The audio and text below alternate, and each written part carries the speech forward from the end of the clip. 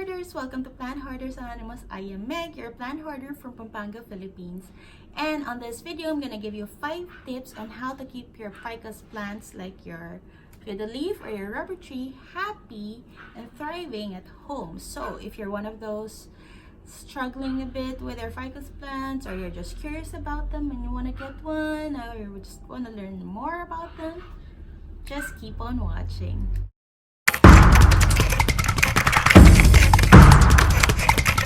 Before anything else, if you're new to this channel, welcome. I am Meg and I make plant videos. And if you like houseplants and you want to learn more about houseplants and you just like seeing houseplants and hearing about them non-stop, well, you're in the right place. Make sure to subscribe and ring that bell so you'll be notified of my future videos. For returning friends and plantcadas, welcome back, guys. Thank you so much for joining me again this week. Last week we had a little tour and I showed you my Ficus collection. If you haven't seen that yet, I'm gonna link it up here. I actually missed a few. I brought them inside. So this is my small Ficus triangularis variegata. I forgot to show you last time. That has a green version, but I don't have that yet. And I also have this, but I showed you this one on my other tour, I think. My Ficus specularis. It's it has a codex and it's a ficus and it has these red veins and it's like check, check, check. It was on my wish list for so long, and when I learned that Tita May has it, naatata ko. So ayun, so that completes my collection. Actually, I have a Ficus benjamina out there. So yun, di ko na rin napakita. Anyway, so yun ang aking Ficus collection. I also mentioned some general tips on my last video. I promised a more specific tip video, and tamang-tama, marami ring nag-message sa akin and nag-comment and asking me more detailed tips about their ficus plants. Yeah, so apparently medyo marami din palang nagsa-struggle with them, and tamang-tama, let's just put it all in one video. Medyo I only have 2 thumbs, so medyo mahirap sagutin lahat. So before I give you the 5 specific tips, I'm gonna give you one big tip for everything, for all your plants. And this is something that I learned because of my rubber tree. So my first ever rubber tree, I call it Roberto. Roberto, my rubber tree. It was my first rubber tree. It was like this big. It was a green rubber tree. The leaves are like maybe this big, and when I got it, I really googled on how to take care of it. Sabi sa Google, I only water it when the top 2 inches is dry, so I keep it out of the rain, I keep it out of direct light, and all of that. I was so doting. And then, eventually, I put 2 and 2 together, and I realized, hey, those big trees along Manila Bay, nakikita nyo ba yun? Yung mga malabalete, those huge trees with these long roots hanging out of them like they're straight out of a horror movie or Jumanji. They're rubber trees. So this little thing that I'm so protective of, and that huge one under the scorching sun out there, who knows if it gets watered, is a rubber tree. So this one, it's gonna grow into that one. Maybe I'm too protective of it, so I brought it out. I let it play in the rain, and true enough, after 2 months indoors without any growth, it didn't die. It was healthy. It didn't grow anything. But once I put it out in the rain, it started giving me new leaves, and one leaf after another, and the leaves are getting bigger and bigger. Up to a point, I just decided to keep it out in a shaded area. And now that tiny rubber tree is about my height. I actually showed you that It's the green one across the pond, and it's big. It has big leaves. So that's one thing. One general rule I go by with plants. I want to learn about them and how they thrive in the wild. It's gonna give you a rough idea of its needs. So if it's a plant that's more like an understory plant, you know that it only needs like dappled light and it cannot take too much light. For ficus plants, let's get a little bit nerdy. Ficus is a genus under the Moraceae family. And the ficus are actually not all trees. Merong shrubs, there are some epiphytes. Actually, one of my wish list plants, Ficus villosa, it's actually a creeping plant. And there's also this, you know, back in the 90s, how those big mansions would always have these plants creeping on their fence. Those are actually creeping figs, so those are ficus plants.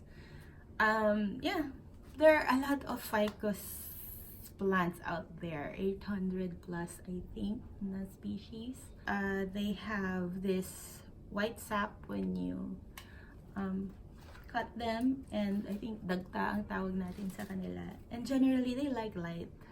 That's one thing I noticed about ficus plants. They love light.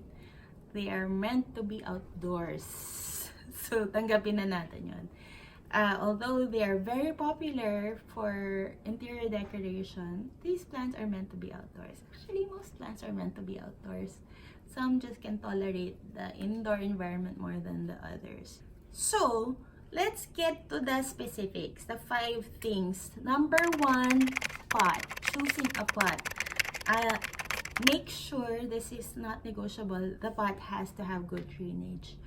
If possible, choose one with more holes. Kasi if it only has one hole, if that gets clogged, the ficus plants, they're not meant to be sitting in water or in swamps. If you notice them in the wild, no, they're not. They're not in ponds and swamps or anything. They're trees that are not soaked. They get, you know, they get their water when it rains, and that's it. For me personally, my preference, I like terracotta and clay pots because they kind of wick the moisture.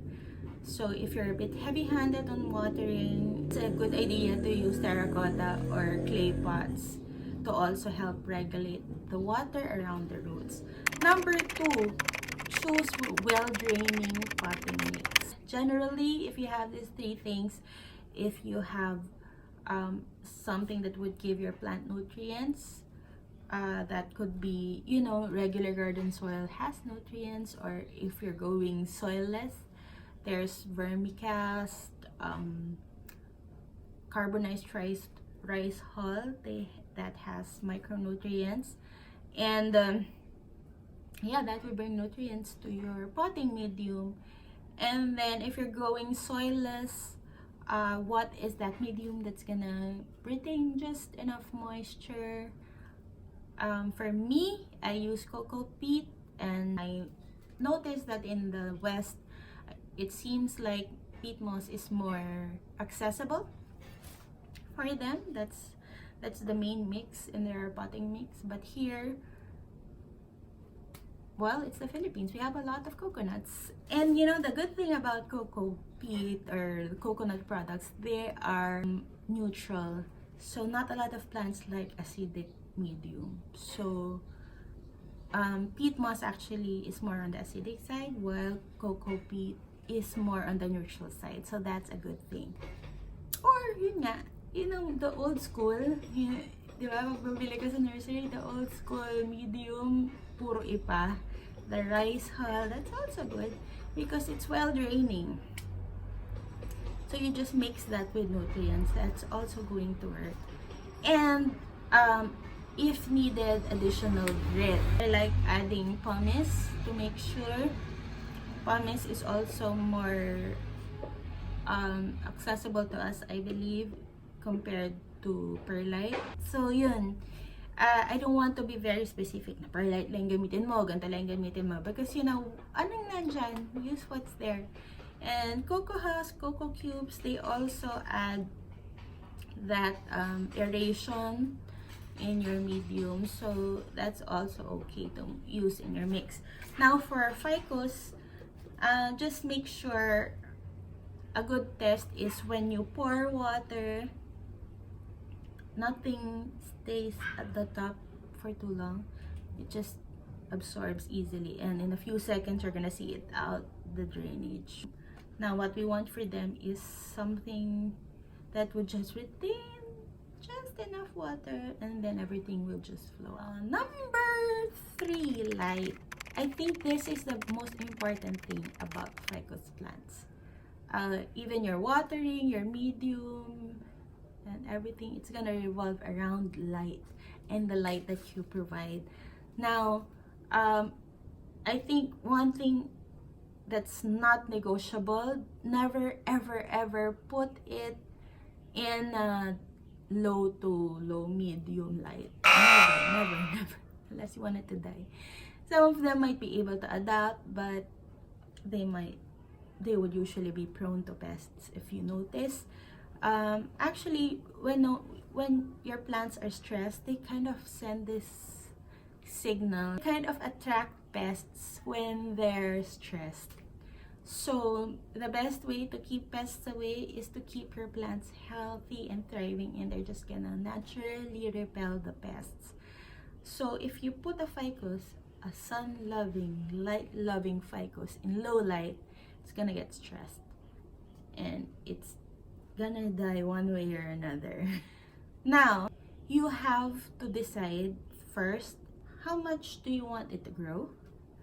I could understand that there are people who would want to keep it in a small area and you don't really want it to grow bigger. Like if you live in a small condo, have you seen Summer Rain Oaks fiddle leaf fig? She has one in her bedroom, and it's already bent because it's taller than the ceiling and it's just huge. It's a monster and it's amazing, but it's not practical, right? Not everyone has that space for a monster in their living room. So if you want it to grow, give it very bright light. In bright light, it may give you maybe one leaf every 1, 2, 3 months. Ganong ano lang, which is fine. But if you really give it the best conditions, it's just gonna give you this guy. So what I do with this guy is, I know that not everyone has the luxury to do this, but I kind of cycle him. It will stay indoors for maybe 1 to 2 weeks, and then I'm gonna bring it out for watering. Lucky if it's raining, so it's gonna get rainwater, and I leave it outdoors for maybe another couple of weeks. And in that time that it's outdoors, like this one, I have 7, I got 10 new leaves in the time that I left it outdoors. So ganon. If you want it to keep growing, give it more light. Baka naman bigla mo siyang, oh my gosh, gusto ko siyang palakihin. So, nilabas mo siya dun sa gitna ng daan. So, if your plant is not used to direct light, don't do it suddenly. You'll have to transition your plant, especially the fiddle leaf. When you put this in a area that's too hot than usual, or it's gonna get hotter than what it's used to, it's gonna droop, it's gonna wilt, and it's gonna tell you. So you just need to water it and pull it back a bit from the light, and it's gonna perk up back again. One of my rubber trees, it was in a shade house. I moved it to the carport, and then I only gave that a few days, and then I put it under direct light, and the leaves were just, they got crispy. So it did not die, but I burned a few leaves. So that's another thing about light. If you want to give it more light, transition it. Try to do it very, very slowly. And if it's a variegated, now that's another thing. Generally, variegated plants have less chlorophyll. So that means they can't make as much food as their regular green friends. So if you give variegated plants less light than they need, they may revert to green. You don't want to do that because you pay more for variegated plants. They can revert back to green plants, or they can just drop the leaves, or they can die. It might just go downhill from there, so don't do that.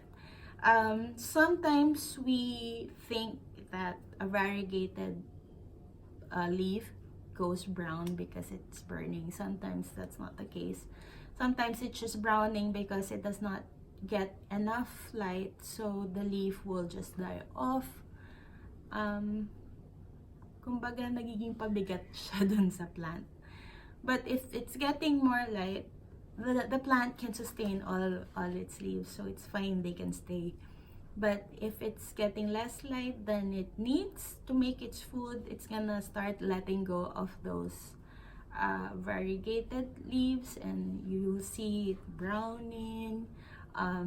Sometimes it would even get leaf blight, like some bacterial infection. But I noticed with my variegated rubber, for as long as I give it quite some direct light and some dappled light throughout the day, and it never gives me brown leaves. Can you imagine? No brown leaves at all. And also, if you don't know yet, ficus plants, especially the lirata and the variegated triangularis, they're very notorious for leaf drop if they're moved to a lesser light. So this happened to one of my clients. She bought one big ficus lirata from me, and she had this gorgeous floor-to-ceiling glass window, and it was there and it was thriving for months. And then one day she messaged me asking for help because the lower leaves, they started turning black, and some of them have fallen off. So I asked her to check the roots. The roots are fine, surprisingly. So it's not root rot. And so we tried to troubleshoot it, and I asked her, did you do anything differently? And she said, I moved it a little. Imagine, she moved it a few inches. And I think there was a post that kind of blocked the light a bit, just a bit, and it started to drop its leaves. Tip number 4, go easy on the watering if it's indoors. So if it's not really making more food, or it's not growing, it's not really gonna use as much water, that's why nagro-root rot sila. Because indoors, they don't get as much air circulation, for one. They're not using up as much water. The water doesn't evaporate as quick as it does outdoors. So you have to be careful with watering. The general rule is always to poke the soil. For me, it depends on the size of the pot. So I would say maybe just poke up to, say, a quarter of your pot size, and see if it's still moist around there. If it is, it really doesn't need much water. You know, if it's a big pot and you only poke 1-2 inches, that's just like the tip of an iceberg, and the big pot might have really moist soil down under, and you just keep watering it, and that may cause root rot. So if you got it right with the pot and the potting mix, it's not gonna be too much of a struggle with watering, and the light conditions are right. And tip number 5, feed as needed.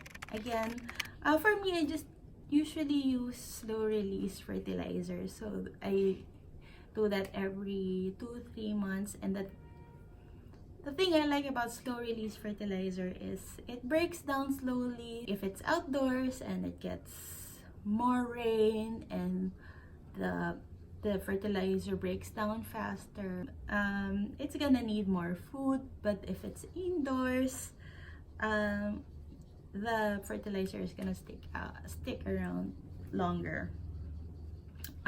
If you want to go organic, you can do vermicast, you can do fish water, and yun, just be careful if you're using synthetic fertilizers. Use as instructed, or you can even water it down to maybe half, just to make sure you don't burn it, because you know, sometimes it's too much, especially if it's not growing as much indoors. So that's how I keep my ficus plants happy and thriving at home. Again, take everything with a grain of salt, because my home is not like your home. My light is different from your light. My situation is different from your situation. So the best way is always to learn about your plant and its needs, and then you kind of get to know it personally. Diba? Tsaka, parang ganun, get to know it personally. Kasi alam nyo, sa watering, pwede mo rin niyang matansya eventually when you're really close with your plant. You just pick it up, and if it's lighter than what you're used to, sometimes you just know it. Some people, they know when their plant needs water just by looking at it, just looking at the soil, because they're so used to it. I really do not think there is clear-cut instructions for every plant. I'm very sorry. I get a lot of inquiries. They want me to tell them exactly what to do, when to water, what time, how many water, how much water, where to put it. Like, I cannot give you that exact thing, because there are so many factors revolving around your plant, like the temperature of your home, the humidity of your home, the amount of light going through your window. It's not the same as my conditions. You really have to get that instinct. Dami ko na sinabi. Sorry na ko sinabi, because ficus plants are one of my favorite plants. And a friend, Nante, shared recently this philosophy of a Hawaiian landscape architect, Leland Miano.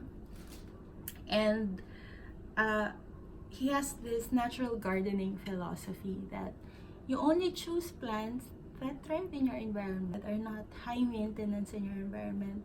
And if I were to do that, I'm not doing that because I have begonias and very rocosum.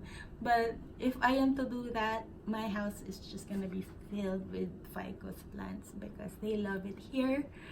If there's one thing that I have a lot of, it's sun and light. Kaya I'm sort of very passionate about ficus plants. If there's one thing that you take home, give them a lot of light. Kung forward nyo na lang yung video na to, one thing you stick with, give them a lot of light. Yun lang. So I hope you learned a lot today. If you learned something new, please share down below. You want to add or mali sa sinabi ko, also just comment down below so we can, you know, share our thoughts. Again, I am not an expert. I am speaking out of my experience by keeping ficus plants for almost 2 years here at home. And yeah, that's it. Thank you so much for watching my Tips Tuesday video today. I hope you learned something. I hope you didn't get bored.